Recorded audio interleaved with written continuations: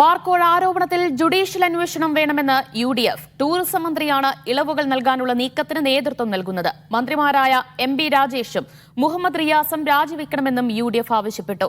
ലോക കേരള സഭയിൽ UDFന്റെ പ്രവാസി പ്രതിനിധികൾ മാത്രം പങ്കെടുക്കുമെന്നും ഇന്ന് ചേർന്ന UDF യോഗത്തിൽ തീരുമാനമായി. KR സാജു വിവരങ്ങൾ നൽകും. സാജു, ബാർക്കോഴ ആരോപണത്തിൽ ഏത് രീതിയിൽ പ്രതിഷേധങ്ങൾ തുടർ നടപടികൾ സ്വീകരിക്കണമെന്നാണ് UDF യോഗത്തിൽ കൈക്കൊണ്ടത് തീരുമാനം?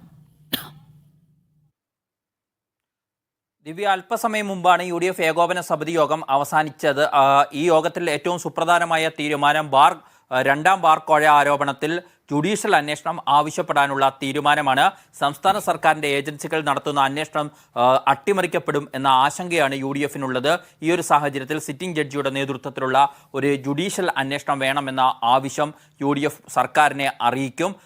ഇക്കാര്യത്തിന്റെ കൂടുതൽ UDF യോഗത്തിൽ പ്രധാനമായും ഉണ്ടായ ചർച്ച ഇപ്പോൾ ഇളവുകൾ നൽകാനുള്ള നീക്കങ്ങൾക്കൊക്കെ പിന്നിൽ ടൂറിസം മന്ത്രി PA മുഹമ്മദ് റിയാസാണ്. ടൂറിസത്തിന്റെ പേര് പറഞ്ഞുകൊണ്ടാണ് ഇത്തരം നീക്കങ്ങൾ നടത്തുന്നത്. അതിനാൽ എക്സൈസ് മന്ത്രി മാത്രമല്ല, ടൂറിസം മന്ത്രി PA മുഹമ്മദ് റിയാസ് കൂടി രാജിവെക്കുകയാണ് വേണ്ടത്. ആ ആവശ്യവും മുന്നോട്ട് വയ്ക്കാൻ UDF നേതൃയോഗത്തിൽ തീരുമാനമായിട്ടുണ്ട്. സംസ്ഥാന സർക്കാർ പ്രഖ്യാപിച്ചിട്ടുള്ള അന്വേഷണങ്ങളിൽ ഒന്നും വിശ്വാസമില്ല എന്ന നിലപാടാണ് പ്രധാനമായും UDF യോഗത്തിൽ ഉയർന്നു വന്നത്. അത് അട്ടിമറിക്കപ്പെടാനുള്ള സാധ്യതകളാണ് കൂടുതൽ. പ്രത്യേകിച്ച് ടൂറിസം മന്ത്രിയുടെ ഇക്കാര്യത്തിലുള്ള ഇടപെടലുകൾ വളരെ ഗൗരവത്തിൽ കാണണം എന്ന തരത്തിലുള്ള വിലയിരുത്തലുകൾ കൂടി UDF യോഗത്തിലുണ്ടായി. അതിൻ്റെ അടിസ്ഥാനത്തിലാണ് എക്സൈസ് മന്ത്രി MB രാജേഷിന്റെ രാജിക്കൊപ്പം ടൂറിസം മന്ത്രി PA മുഹമ്മദ് റിയാസിന്റെ രാജി കൂടി ആവശ്യപ്പെടാനുള്ള തീരുമാനത്തിലേക്ക് UDF യോഗം എത്തിച്ചേർന്നത്. മറ്റൊരു വിഷയം, ലോക കേരള സഭയുമായി ബന്ധപ്പെട്ട ചർച്ചകൾ ഇന്നത്തെ UDF യോഗത്തിലുണ്ടായി.